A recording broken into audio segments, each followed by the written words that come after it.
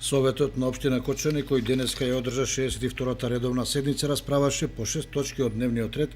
кои ги разгледаа и усвоија по брза постапка. Советниците ги усвоија предлог планот за изменување и дополнување на планот за запишување на ученици во прва година за учебната 2017-2018 година во Средното општинско училиште Гошо Викентиев. Стратегијата за развој на стратешко партнерство во областа на образованието помеѓу општините Кочани и Пазарџик и акцијски план за реализација.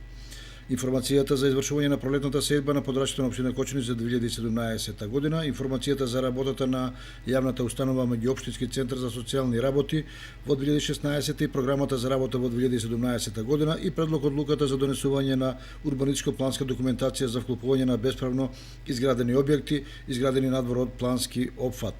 На крајот на седницата, председавачот на Советот Јордан Димитров не се изјасни за понатамошната судбина на овој состав, односно дали неговиот мандат завршува на 15 мај или со моредни правни и законски решенија ќе продолжи до локалните избори. Тоа практично може да значи дека во моментот никој нема одговор на дилемите околу вакуумот кој се создава околу функционирањето на локалната власт. Од друга страна, председателот на советничката група, предводена од Социјалдемократскиот сојуз, Ѓорѓи Алексов, со соопштение се обрати до граѓаните во кое кажува дека мандатот на советниците е завршен, дека денеска е одржана последната седница и се пофали со конструктивно работење на малцинството и крупните грешки на мнозинството во изминатиот 4-годишен период.